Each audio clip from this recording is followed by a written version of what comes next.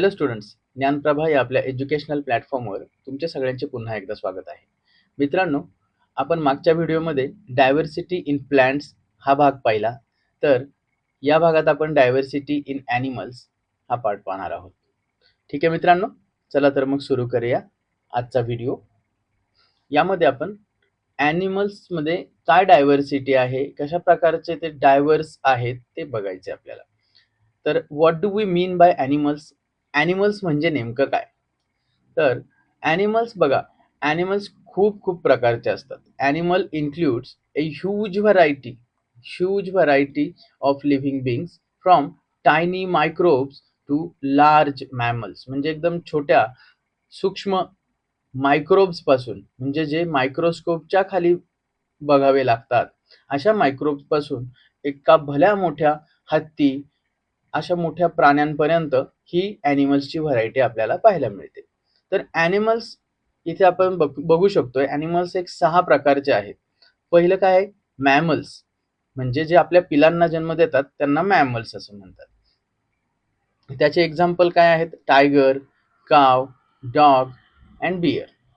त्यानंतर दुसरा ग्रुप येतो ॲनिमल्समध्ये बर्ड्स, जे आकाशामध्ये उडतात. काही बर्ड्स नाही उडत, त्याला ते एक्सेप्शन आहेत काही.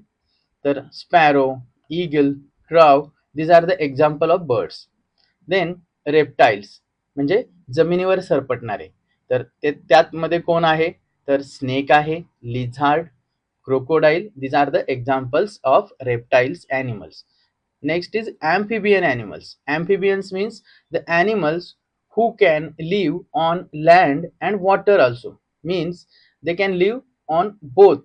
Means they can live on land also and they can survive in water also. म्हणजे पाण्यामध्ये आणि जमिनीवर देखील जे राहू शकतात अशा प्राण्यांना काय म्हणायचं? ॲम्फिबियन. तर त्याचे एक्झाम्पल आहे फ्रॉग, टोड.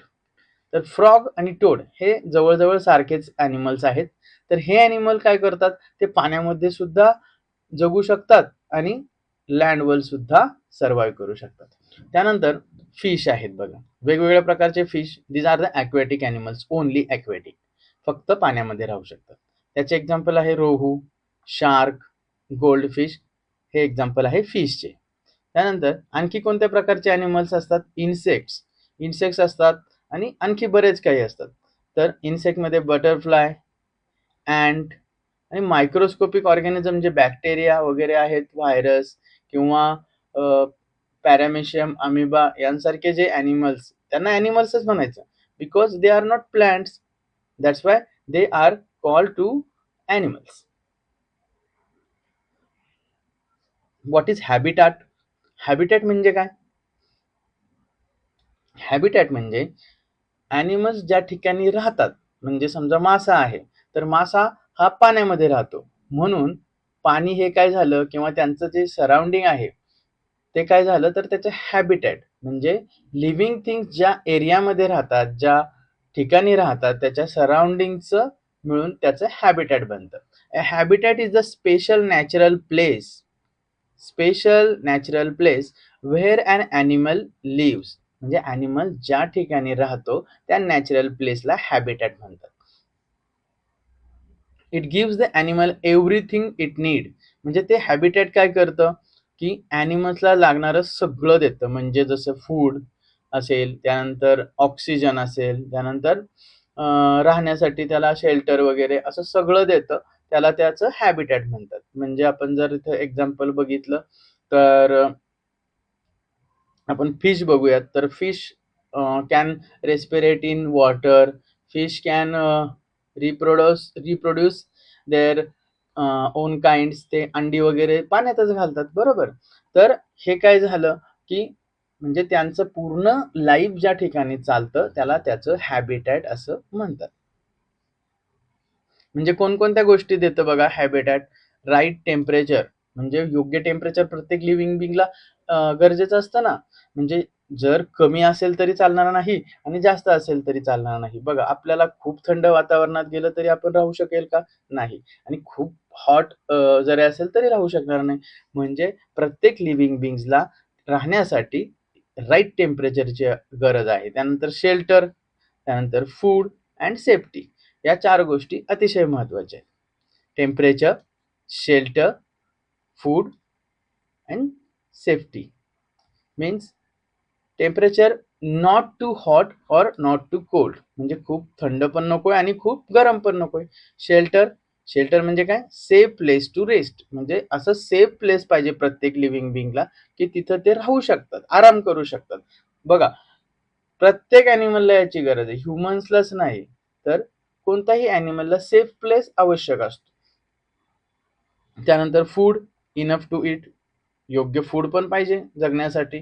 त्यानंतर प्रोटेक्शन फ्रॉम डेंजर, म्हणजे सेफ्टी हवी आहे की त्यांना कोण अटॅक करणार नाही, अशा पद्धतीने त्यांनी तिथं सेफ लाईफ जगलं पाहिजे. या सर्व गोष्टी त्यांना कोण देत असतं, तर त्यांचं हॅबिटॅट. पुढे जाऊयात. आता इथे ॲडॅप्टेशन ही कन्सेप्ट आपल्याला पाहिजे. ॲडॅप्टेशन म्हणजे काय, तर ॲडॅप्टेशन म्हणजे त्याचं हॅबिटॅट असतं प्रत्येक लिव्हिंग बिंगचं. तर त्या हॅबिटॅट सोबत राहण्यासाठी त्याच्या बॉडीमध्ये काहीतरी चेंजेस होत असतात.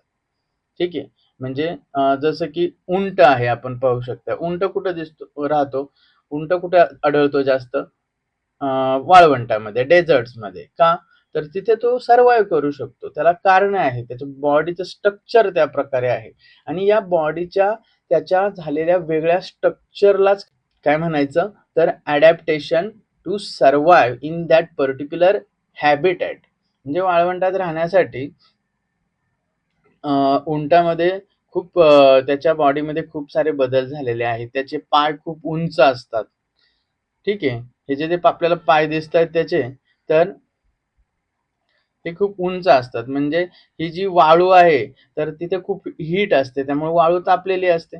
तर त्या हीटने त्याची बॉडी प्रोटेक्ट व्हावी किंवा हीट पासून लांब राहावी म्हणून त्याचे पाय खूप उंच असतात. त्यानंतर वाळूमध्ये चालता येण्यासाठी यांचे जे पंजे आहेत ना, तर ते खूप ब्रॉड असतात. ठीक आहे, त्यामुळे त्यांचे पाय सहजासहजी वाळूमध्ये रुतत नाहीत. ठीक आहे, आणि आपल्याला तर माहिती आहे ते पाणी सुद्धा न पाण्या आपल्याला माहिती आहे की ते पाणी न पिता बरेच काही दिवस राहू शकतात. त्यांच्या शरीरामध्ये अशी काही प्रोव्हिजन असते की तिथे ते पाणी स्टोअर करू शकतात जास्त दिवसांसाठी. या सगळ्या गोष्टींना काय म्हणायचं, ॲडॅप्टेशन. म्हणजे ॲनिमल्सच्या बॉडीमध्ये जे काही चेंजेस होतात, कशासाठी, तर त्या पर्टिक्युलर हॅबिटॅटमध्ये राहण्यासाठी, तर त्या चेंजेसला म्हणायचं ॲडॅप्टेशन. तर इथे आपण पाहूयात कॅमेल्स, डेझर्ट कॅमेलमध्ये काय ॲडॅप्टेशन आहे. Their legs are very long. For what, for keep the body high above the hot sand to to the camel does not feel too much heat. म्हणजे कॅमेलला जास्त हीट लागू नये म्हणून त्याचे पाय उंच असतात आणि त्याची बॉडी उंचावर असते वाळूपासून. आणि नेक्स्ट काय आहे, broad padded feet. Because by use of broad padded feet stop the camel from sinking into soft loose desert sand. म्हणजे त्या वाळूमध्ये त्याचे पाय गुंतून बसत नाहीत, अडकून बसत नाहीत. कशामुळे, तर त्याच्या ब्रॉडेड म्हणजे पसरट अशा पायामुळे. ठीक आहे, तर हे झाले त्याच्या सर्वाइव्ह साठी झालेले बॉडीमध्ये ॲडॅप्टेशन. असेच ॲडॅप्टेशन प्रत्येक ॲनिमल्समध्ये असतात. बघा, कोल्ड क्लायमेटमध्ये जे काही कॅमल्स किंवा बियर्स राहतात त्यांच्या शरीरामध्ये सुद्धा ॲडॅप्टेशन दिसून येतात. तर कोल्ड क्लायमेट कॅमल्स हे कुठे असतात, तर लद्दाखमध्ये.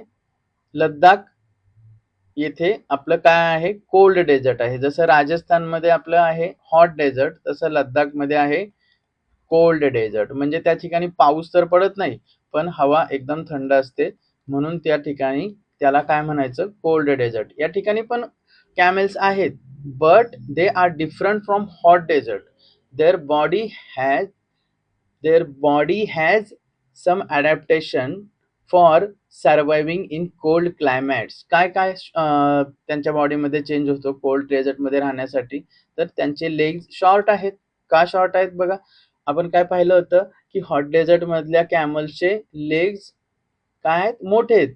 कारण सँड काय असते, हॉट असते आणि त्यांच्या बॉडीचं प्रोटेक्शन त्या हीट पासून करण्यासाठी त्यांचे लेग्स मोठे आहेत. तर इकडे शॉर्ट लेग्स आहेत. तर त्याचा काय उपयोग होतो बघा. Help them walk easily on snowy ground. म्हणजे स्नोई ग्राउंड जिथं स्नोई ग्राउंड आहे तिथं त्यांना चालण्यासाठी काय होतं, मदत होते. त्यासाठी त्यांचे लेग्स काय आहेत, शॉर्टर आहेत, छोटे आहेत. Broader feet. बघा, ब्रॉडर फीट फीट म्हणजे काय, त्यांचं जे हॉट डेझर्टमध्ये कॅमल होतं त्यांच्याच प्रमाणे त्यांचं पाऊल जे आहे ते ब्रॉड आहे, पसरट आहे. त्यामुळे काय होतं, spread weight so they don't sink in the snow.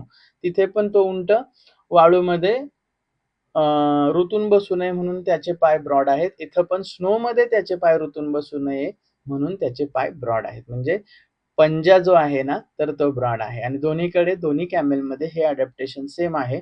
But hot dessert मधल्या कॅमलमध्ये लेग्सची हाईट जास्त आहे, तर कोल्ड डेझर्ट मधल्या कॅमेलमध्ये लेग्सची हाईट छोटी आहे. आणखी एक अडॅप्टेशन आहे, तिथे खूप थंडी आहे, मग त्यापासून प्रोटेक्शन करण्यासाठी थिक फर कोट. त्यांच्या अंगावर खूप फर आहे, खूप केस आहेत आणि त्यामुळं काय होतंय, तर कोल्ड पासून त्यांच्या बॉडीला प्रोटेक्शन मिळतं. Keeps body heat inside in the freezing temperature. खूप कमी टेम्परेचर असतं ना, मग त्या टेम्परेचरला सर्व्हाइव्ह करण्यासाठी कोल्ड डेझर्ट मधल्या कॅमल्सच्या बॉडीवर काय आहेत, खूप सारे केस आहेत. बियर्स इन कोल्ड रिजन, यांच्या बघा बॉडीवर पण खूप सारे केस असतात. त्यामुळे या कोल्ड रिजन मध्ये त्यांच्या बॉडीचं प्रोटेक्शन होतं. आणि याच बॉडीच्या चेंजेसला किंवा या बॉडीच्या स्ट्रक्चरलाच काय म्हणायचं, adaptation. Aquatic organisms that is fish. याच्यामध्ये काय अडॅप्टेशन आहे बघा. ॲक्वॅटिक ॲनिमल्स जे आहेत फिश, तर ते कुठे असतात, ऑब्विसली इन वॉटर. मग त्या वॉटरमध्ये राहण्यासाठी, पोहण्यासाठी त्यांच्या बॉडीमध्ये काय चेंजेस असतात ते पाहूयात. Streamline body. त्यांची बॉडी कशी आहे, स्ट्रीमलाईन म्हणजे या प्रकारची. या प्रकारचा बॉडी शेप असल्यावर काय होईल, तर एका दोन्ही बाजूला त्यांच्या बॉडीला असं टोक आहे. त्यामुळं ट्रॅव्हल करताना त्यांना इझी जातं. म्हणजे वॉटरचं रेझिस्टन्स त्यांच्या ट्रॅव्हलिंगमध्ये कमी येतो. Smooth pointed shape helps the fish swim fast through the water with less effort. ठीक आहे, दॅट इज स्ट्रीमलाईन बॉडी. त्यानंतर fins and tails help the fish move, turn and keep balance in a water. हे जे fins आणि त्याची tail आहे त्याचा वापर करून ते काय करू शकतात, मूव्ह करू शकतात, टर्न करू शकतात आणि बॅलन्स करू शकतात वॉटरमध्ये. त्यानंतर गिल्स असतात. What are the gills? Gills take in dissolve oxygen directly from water. म्हणजे गिल्स, आपल्याला जसं नोज आहे, ह्युमनला जसं नोज आहे, human has a nose for respiration. Then फिशला नोज असतं का, तर नाही, तर त्याला काय असतं, गिल्स. हे जे गिल स्ट्रक्चर आहे ते काय करू शकतं की वॉटर मधला ऑक्सिजन जे आहे तर तो घेऊ शकतो या स्ट्रक्चरमुळे. And that is also one of the adaptation for surviving in water. Next is nictitating membrane. What it is? Transparent cover over the eyes protect them from dirt and floating particles. म्हणजे जसं आपल्या डोळ्यांना पापण्या असतात बघा, तर तसेच याच्या माशांच्या ज्या डोळ्यांच्या पापण्या आहेत त्या ट्रान्सपरंट आहेत. काय? ट्रान्सपरंट. कशासाठी? तर काही डर्ट वगैरे आली, काही दुसरं फ्लोटिंग पार्टिकल्स आले तर डोळ्यामध्ये जाऊ नये याकरता त्यांना ट्रान्सपरंट अशा पापण्या असतात. तर त्याला म्हणायचं nictitating membrane. Standard classification of animal. आता ॲनिमलचं क्लासिफिकेशन म्हणजे वेगवेगळे ग्रुप्स कसे करता येतात ते पाहूयात आपण. फर्स्ट इज टेरेस्ट्रियल, मीन्स भूचर. The animals which are living on land, live on land. ठीक आहे. वॉक, रन, क्रॉल म्हणजे ते जमिनीवर चालू शकतात, पळू शकतात आणि क्रोल करू शकतात, म्हणजे सरपटू शकतात. असे सगळे ॲनिमल्स काय असतात, टेरेस्ट्रियल ॲनिमल. त्याचे एक्झाम्पल आहे tiger, cow, dog, mice. Aquatic animals म्हणजे पाण्यात राहणारे प्राणी. Live their whole life in water.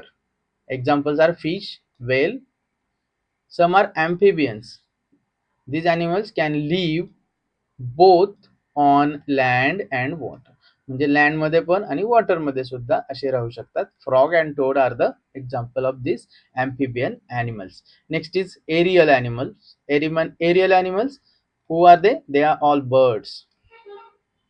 Spend lot of time in air or on trees. Birds, bats. Terrestrial, land. Aquatic, water. Amphibian, on land and water. Aerial, on air. Now, ancient Indian classification. Ancient India मध्ये कसं classification होत होतं, कशा पद्धतीने group केले जायचे प्राण्यांचे ते पाहूया. चरक संहिता बाय महर्षी चरक. महर्षी चरक यांनी ॲनिमलचं क्लासिफिकेशन 6 ग्रुपमध्ये केलं होतं, तर ते आपण पाहूयात कसं केलं होतं. बिलाशया म्हणजे काय, live in underground burrow or holes.